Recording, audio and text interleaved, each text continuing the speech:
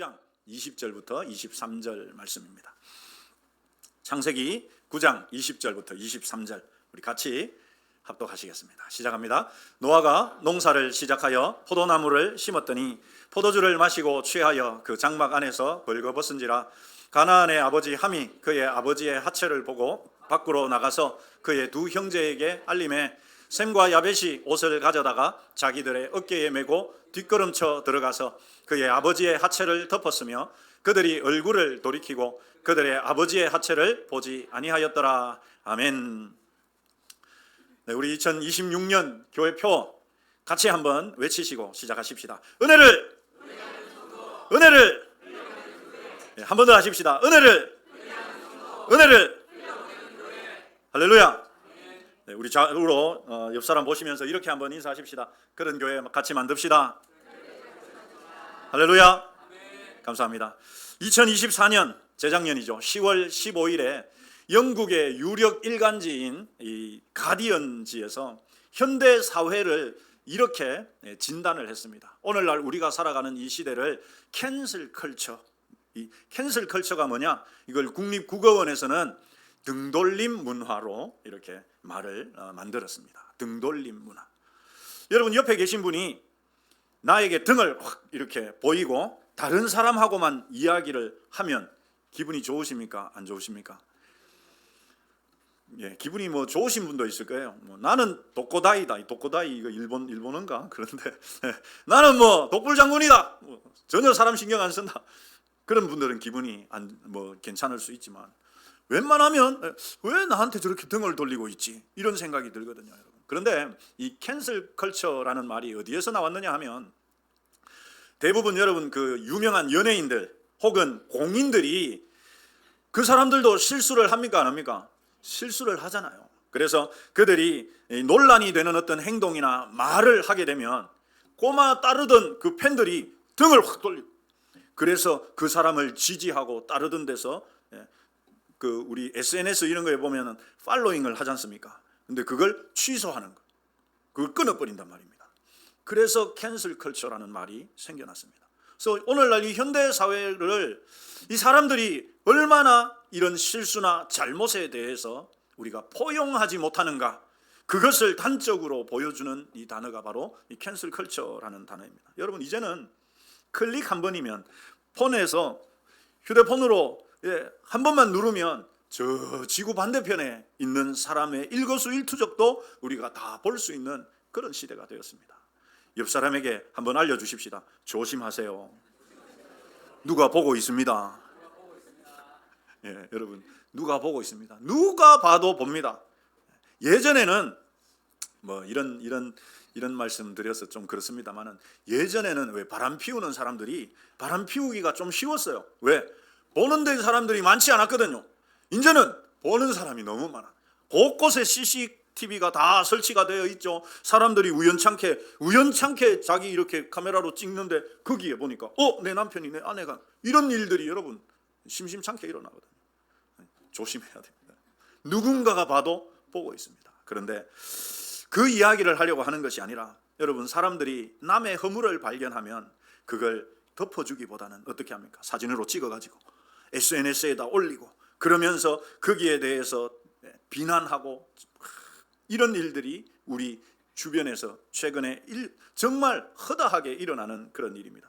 여러분 오죽하면 요즘 초등학생들도 휴대폰으로 선생님을 찍어가지고 고발하는 시대가 되었습니다.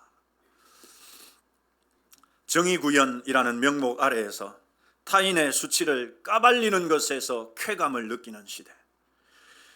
하지만 여러분 오늘 우리가 읽은 이 성경 본문은 우리 시대가 흘러가고 있는 이 흐름과는 반대로 역행하는 정반대의 길을 우리에게 말씀합니다.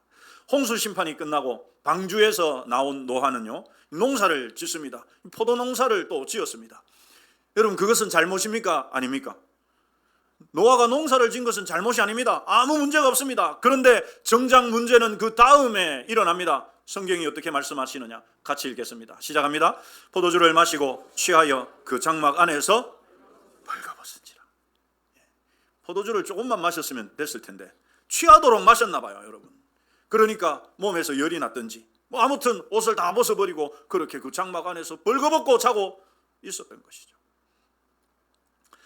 여러분, 우리는 긴장이 풀어진 인간의 연약함을 여기에서 볼 수가 있습니다. 노아가 어떤 사람입니까? 하나님과 동행했던 사람. 그러면서 여러분 방주까지 지어서 그렇게 영적인 거장이었던 그가 이제 평화의 시기가 도래하니까 긴장이 다 풀어지고, 그래서 여러분 안일함에 빠져버린 것이죠. 포도주를 마시고 취하여서 장막 안에서 벌거벗은 채로 자고 있었습니다. 이 종교개혁자 칼빈은 이것을 가리켜서 성도라 할지라도 끊임없이 깨어있지 않으면, 한번 따라서 하십시다. 끊임없이 깨어있지 않으면 넘어진다. 이걸 보여준다라고 칼빈은 이 부분을 그렇게 해석했습니다. 아무리 탁월한 영성을 가진 소유자라 할지라도 끊임없이 깨어있지 않으면 이렇게 된다. 넘어지게 된다. 여러분, 그래서 고린도전서 10장 12절 우리 같이 읽으시죠. 시작합니다. 그런즉 선줄로 생각하는 자는 뭐 할까 조심해라. 옆 사람에게 알려주십시다. 조심하십시오.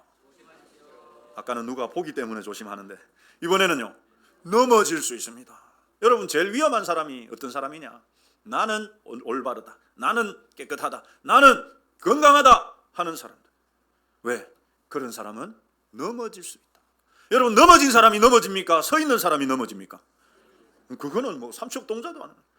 그러니까 내가 서 있다라고 생각하는 순간 어떻게 됩니까? 내가 긴장을 풀게 되고 나는 괜찮아 라고 생각하게 돼. 그러면 넘어질 수 있다. 그래서 여러분, 고린도전서 10장 12절 말씀이 조심해라.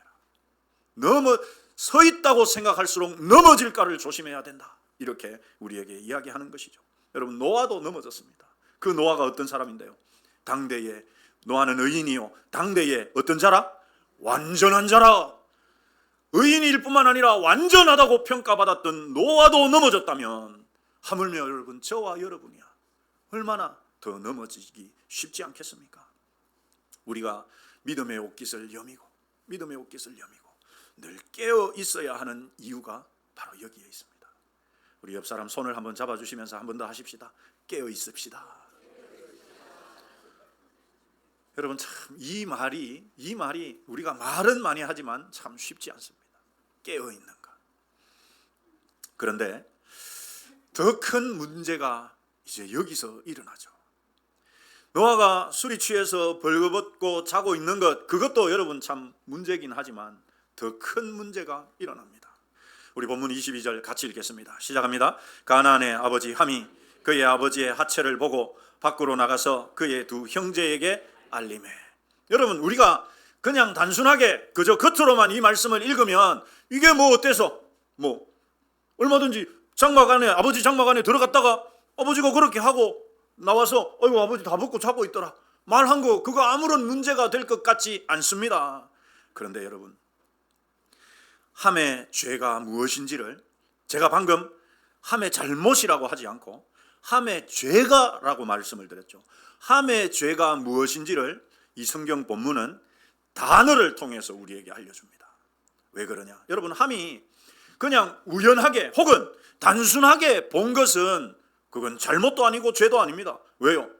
그렇게 아버지가 하고 있는 줄 함이 몰랐으니까. 아버지 장막에 들어갔는데 아버지가 그렇게 하고 있을 줄 몰랐을 거 아닙니까? 그러니까 함이 그냥 우연하게 그냥 자연적으로 그것을 본 것이야 아무런 문제가 되지 않습니다. 그런데 성경은 그렇게 말하잖아요. 그것을 단어를 통해서 알려줍니다. 어떤 단어냐? 첫 번째, 여러분, 그의 아버지의 하체를 어떻게 하고? 보고. 여기에 이 보고라는 단어가 그냥 여러분 들어가서 우연하게 본 것이 아니라는 말입니다. 히브리어에는 이 보고라는 단어가 여러 개가 있는데 여기에 사용된 이 보다라는 단어는 자세히 관찰하다, 뚫어지게 바라보다, 그런 의미가 담겨 있습니다. 그러니 여러분, 함은 아버지의 수치를 보고 얼른 눈을 돌린 것이 아니라 그것을 관찰하고 뚫어지게 바라본 것입니다. 이것이 남의 허물을 즐기는 관음적인 태도이죠, 여러분.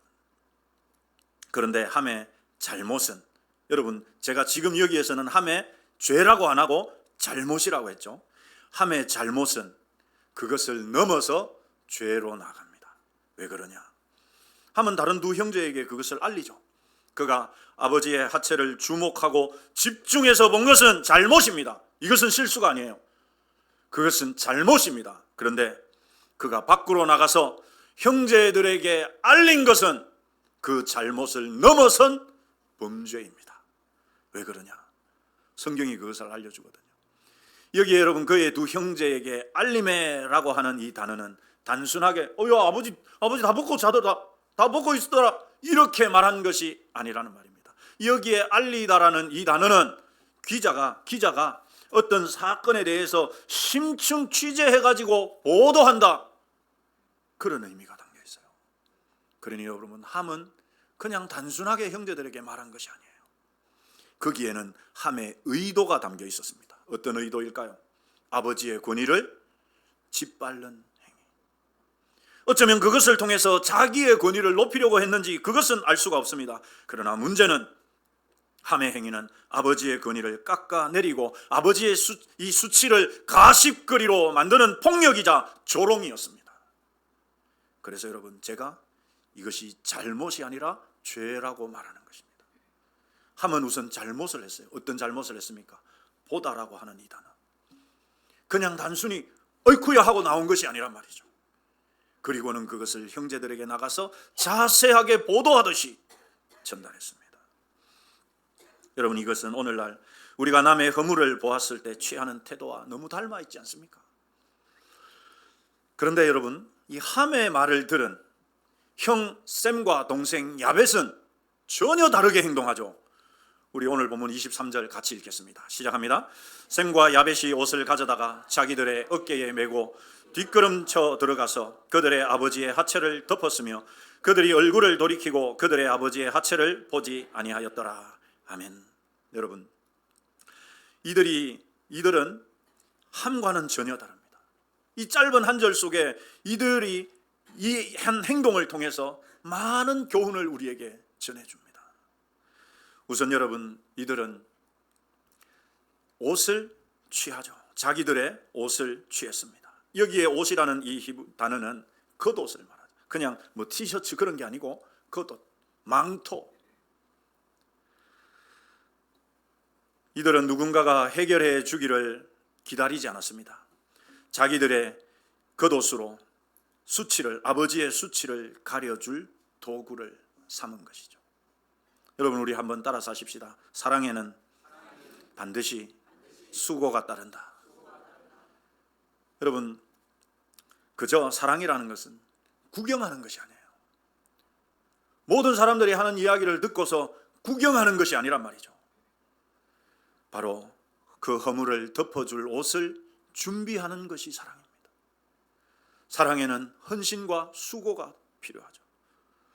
셈과 야벳은 그들의 겉옷을 취했습니다. 그저 구경하는 것이 아니라 허물을 덮어줄 옷을 준비하는 것.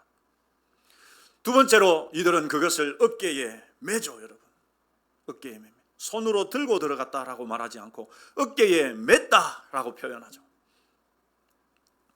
어깨에 맸다라는 말은 두 사람이 합심해서 아버지의 수치의 짐을 나누어 줬다라는 말입니다. 그것을 상징적으로 보여주는 행동입니다. 그들은 아버지를 비난하는 대신에 아버지의 부끄러움을 자기들의 어깨에 짊어지는 섬김의 태도를 보입니다. 이것이 형 셈과 야벳의 다른 모습이죠. 그런데 여러분 가장 중요한 단어 우리 한번 따라서 하십시다. 뒷걸음쳐. 그들은 똑바로 들어가지 않았어요. 뒷걸음으로 들어갑니다. 왜요? 왜 그랬습니까? 보지 않으려고. 똑바로 들어가면 보니까 뒷걸음으로 들어간단 말이죠. 성경은 그들이 뒷걸음쳐 들어가서 얼굴을 돌이키고 보지 아니하였더라. 이 셈과 야벳의 행동에 대해서 굉장히 구체적으로 설명해 줍니다. 이들은 아버지의 수치를 볼 수 있는 모든 가능성을 의도적으로 차단해버리죠. 이게 여러분 함과 다릅니다. 함은 우연히 들어갔습니다. 그런데 봤으면 어떻게 해야 돼요? 돌아서서 나와야지. 얼른. 셈과 야벳은 바로 그런 모습을 보인 거예요. 의도적으로 볼 수 있는 모든 가능성을 막아버립니다. 뒷걸음쳐서 들어가죠. 루터는 이 구절을 주석하면서 이것은 참된 효도일 뿐만 아니라 하나님이 인간의 죄를 덮으시는 방식에 대한 예표다, 이렇게 말합니다. 하나님이 우리의 죄를 어떻게 해줍니까, 여러분? 하나님께서 우리의 죄를 어떻게 해주셨어요? 덮어주셨어요. 거기에 대한 예를 보여주는 것이다. 루터는 그렇게 이 부분을 해석했습니다. 셈과 야벳은 아버지가 술에 취해 실수했다는 사실, 팩트를 알았습니다. 하지만 그 사실보다 아버지를 향한 존중과 사랑을 앞세우죠. 이게 중요해요, 여러분. 세상 사람들은요, 많은 사람들은 팩트를 중요하게 여깁니다.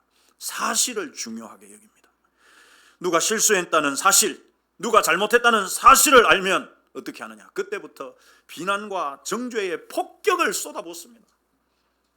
요즘은 여러분 참 연예인들도 참 하기 힘든 세상이다 싶어요. 어떤 작은 실수만 나오면 어떻게 됩니까? 댓글에 막, 심지어 여러분 직접적으로 주급비라 막, 요즘은 그런 이제 직접적인 댓글 자체가 이제 필터링 되어서 올릴 수 없습니다만, 그래도 여러분 교묘하게 바꿔가지고 내가 그 당사자인데 내가 그 글을 읽는다 싶으면 야, 이거 견뎌내겠나 싶은 생각이 듭니다. 여러분, 세상은 사실을 중요하게 여깁니다. 사실, 그가 잘못했다 하더라, 그가 실수했다더라, 사실을 중요하게 여깁니다. 그래서 그 사실을 알면 그때부터 비난과 정죄를 쏟아붓기 시작합니다. 이건 이렇게 했어야 되는데 저렇게 했다, 이랬다더라, 저랬다더라. 결국 한 사람을 조리 돌리면서 매장시켜서 다시는 회복할 수 없는 지경으로 만들어버리는 사회가 되었습니다. 그런데 여러분, 지금 제가 세상의 이야기를 하는 것이 아닙니다.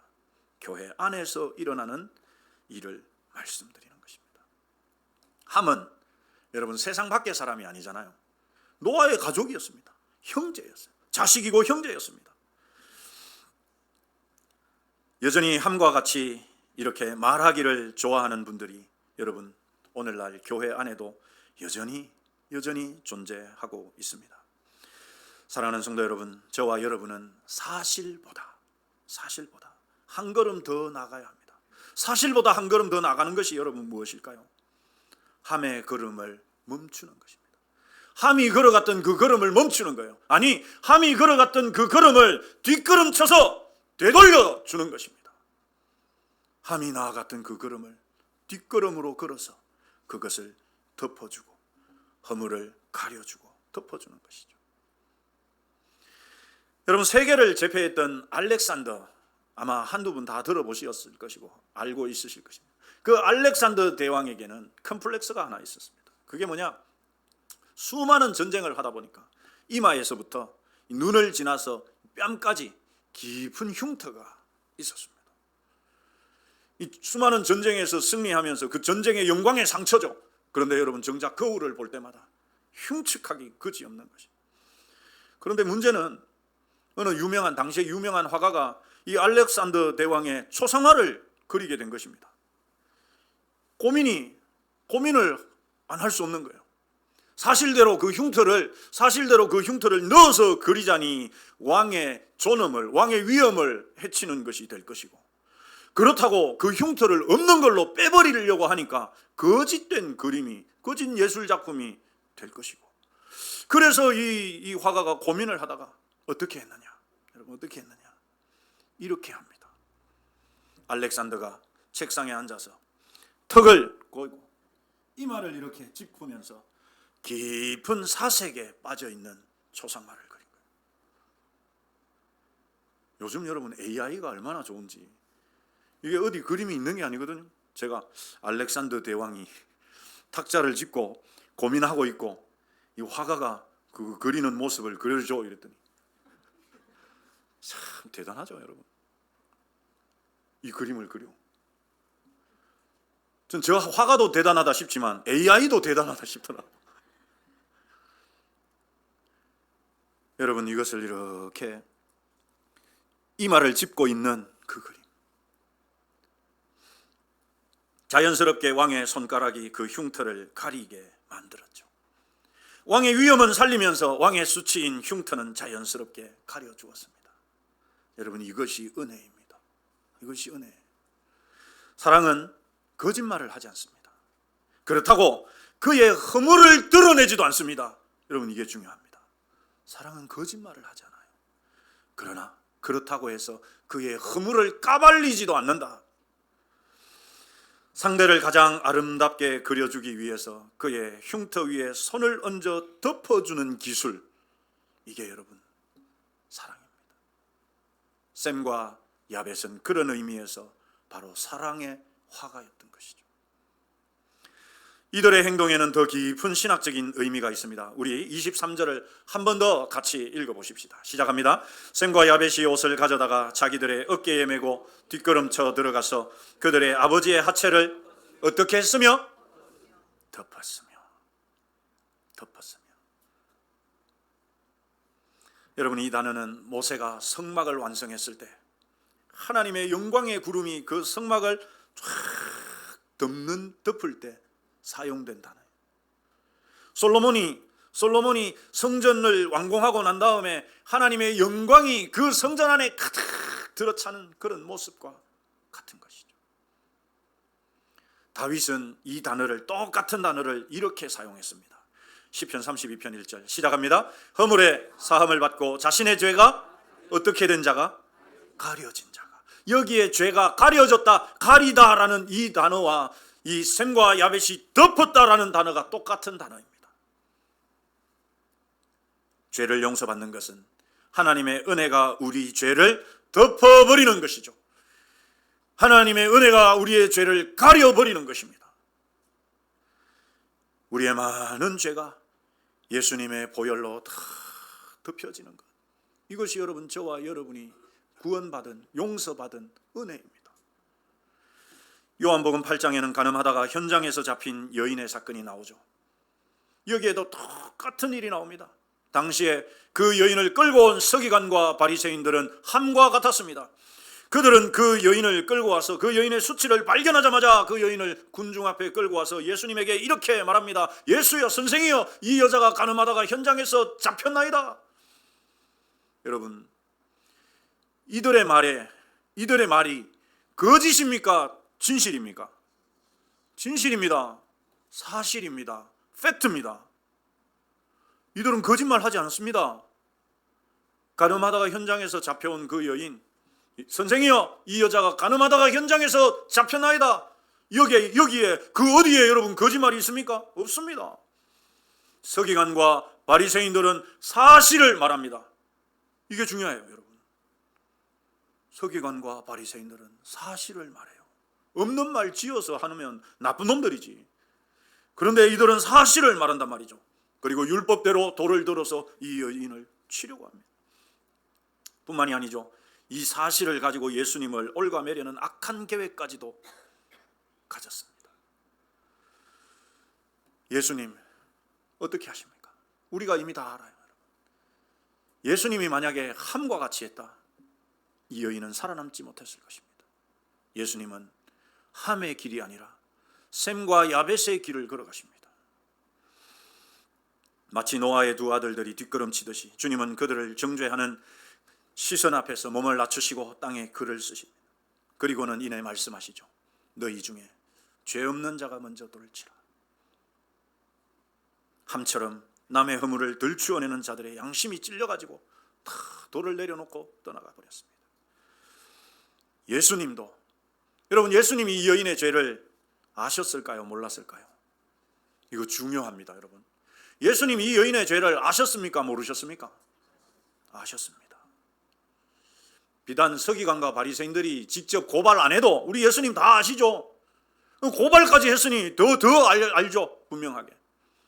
이게 중요합니다, 여러분. 우리 예수님 그 사실을 알았습니다. 그런데 어떻게 합니까? 그 사실을 아시고 어떻게 합니까? 같이 읽겠습니다. 노란 글씨 시작합니다. 나도 너를 정죄하지 아니하노니 나 너를 비난하지 않는다.